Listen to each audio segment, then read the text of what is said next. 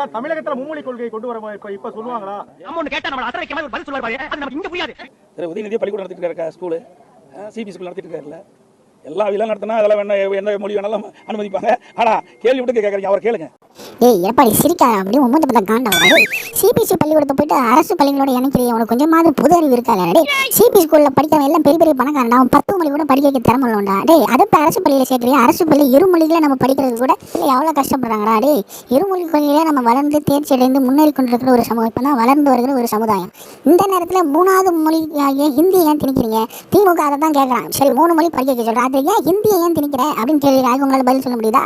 பிஜேபியோட திட்டம் தெரியுமா? சென்ட்ரல் கவர்மெண்ட் எல்லாத்துலேயும் ஹிந்திக்காரன் இருக்கிறான். இப்போ ஸ்டேட் கவர்மெண்ட்லேயும் ஃபுல்லாக வாத்தியார்லேருந்து ஹெட்மாஸ்டர்லேருந்து ஹிந்திக்காரனை கொண்டு வரணும் அவனுடைய திட்டம். அதுக்கு தான் அவன் மொழியை கொண்டு வரான்.